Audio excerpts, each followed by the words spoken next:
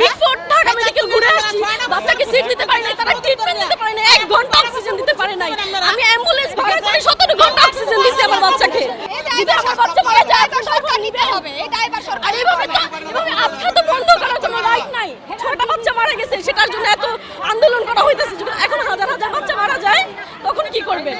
যেটা আপনাদের সমস্যা হয়েছে সেটা সমাধান করেন, কিন্তু এইভাবে এতগুলা বাচ্চা, এতগুলা রোগী, ঠিক আছে, যারা সিসিউতে আছে, আইসিইউতে আছে, কেন বের করবেন?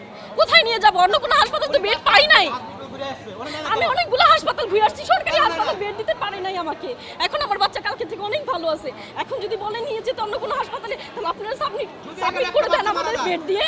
যদি আমার বাচ্চা মারা যায় তো সরকার নিতে হবে, এই ড্রাইভার সরকার। আর এভাবে আটকা তো বন্ধ করার কোনো রাইট নাই। এভাবে আটকা বন্ধ করার কোনো রাইট নাই। আপনারা টাইম দেন, আমাদের বাচ্চাগুলো রিকভার হোক, আমরা নিজে থেকে হাসপাতাল ছেড়ে দিব।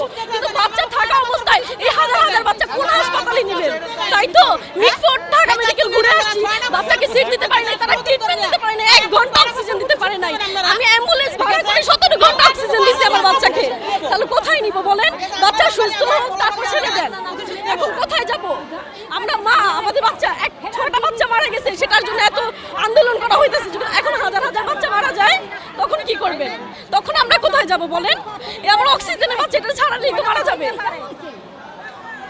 আপনারা সময় নেন, আমাদের বাচ্চাটা রিকভার হোক, তারপর আমাদের ছেড়ে দেন। তারপর হসপিটাল নিয়ে কি ঝামেলা তা করেন, সমাধান করেন। কিন্তু এখন এতগুলো বাচ্চা কোথায় সাবমিট করবেন? আমাদের ব্যবস্থা করে দিতে পারবেন যে অক্সিজেন বেড সহ অ্যাম্বুলেন্স দিয়ে নিয়ে যাবেন?